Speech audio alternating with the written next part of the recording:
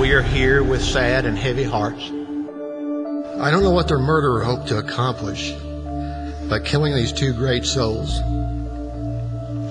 If it was anything other than his own gratification or robbing us of two of the best people God ever created, he failed. Go get them. Bring them to justice. Take them out of the hole they came from. We cannot waver in our determination and dedication to the law.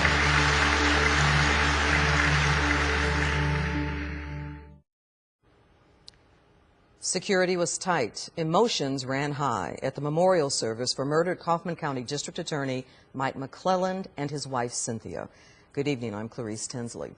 Governor Perry announced a $200,000 combined reward for an arrest and conviction in the McClelland murders and in the murder of Kaufman County Prosecutor Mark Hasse.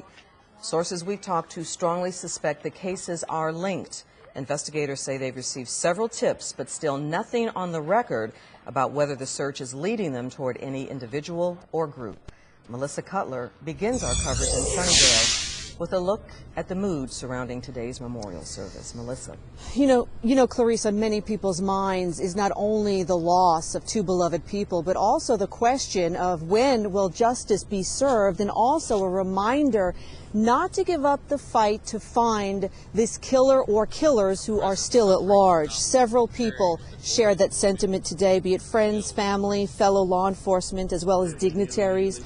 The theme was clear throughout, including from Governor Perry. Before coming to this church service, Governor Perry talked to investigators trying to get the latest on the investigation. While he was at the church, he said everyone must remain vigilant and that it's a matter of when, not if, the killer is found. We cannot waver in our determination and dedication to the law, and we cannot diminish our resolve to find the evildoers in society and put them where they can no longer do harm. Unfortunately, when Perry did talk to investigators, he found out there wasn't much new information to share, no significant leads still in this case. There had been speculation that organized crime could have been behind the murders, groups like the Aryan Brotherhood, perhaps, or the Mexican Mafia type organization, for example. None of that has been confirmed. Perry was clear, however, not to rule anything out, including the possibility of a lone wolf. Clarice? Melissa, thank you. Our coverage continues now with Sean Rabb.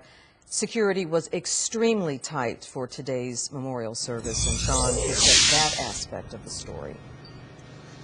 Yes, Clarice, we're standing right now outside the worship center here at the Sunnyvale First Baptist Church. It seats about 3,000, two-thirds full today. And in many ways, this was your traditional memorial service. Moments of laughter, other times of weeping and crying, a celebration, sadness, joy, and the hope of the future. But in one way, it was starkly different. That and the amount of resources dedicated to keeping this holy place today a safe place. Long before the memorial service began, it was clear the security around Sunnyvale Baptist Church would be as unprecedented as the crime that brought us here. The murders of Kaufman County District Attorney Mike McClelland and his wife, Cynthia. Pretty much we have brought all our resources to play out here today in this town of Sunnyvale. Dallas Sheriff's deputies were everywhere outside the church, even blocks away, standing at intersections while units patrolled Mesquite and Sunnyvale streets. Dogs sniffed their way around the sanctuary, inside and out, for explosives.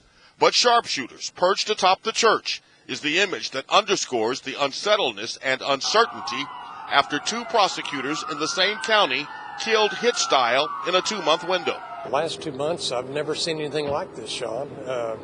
Sad, shock, unbelievable. Inside the worship center, uniformed officers on post, plainclothes officers peering from the balcony, and others blending into the crowd of mourners.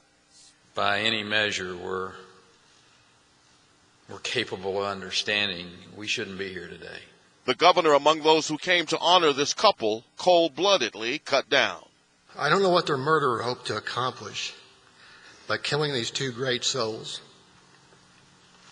If it was anything other than his own gratification or robbing us of two of the best people God ever created, he failed. And from the McClellan's daughter, a challenge for people to stand for right, as she says her mother and stepdad did. And I think that we need to follow in those footsteps, not just the people in law enforcement, not just the people who do the jobs day to day, but everybody. We can't let the fear of what people are going to do to us or say to us, or the fear of them of what they're going to do to our families, stop us from doing the right thing. And several speakers today, including Christina Foreman, called on people to stand up, fight back, not be afraid.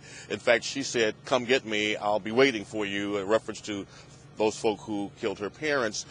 One other thing here today, Clarice, the flag that covered the coffin of Mike McClellan, the honor flag, it started its life here in Texas after September 11th. It's traveled 6 million miles around the world. It was retired today and given to his family. That's so powerful, Sean. One tribute of so many today. Tell us, how far away did people come to be able to attend this service today? Well, as far south as Austin, San Antonio, deep East Texas, of course. There were people here from out of state. Many people came today to pay homage to this man. We learned he was a bigger-than-life character, a jovial man, an intelligent man, also described as a hard man, but a man that people loved and respected, a bigger-than-life character.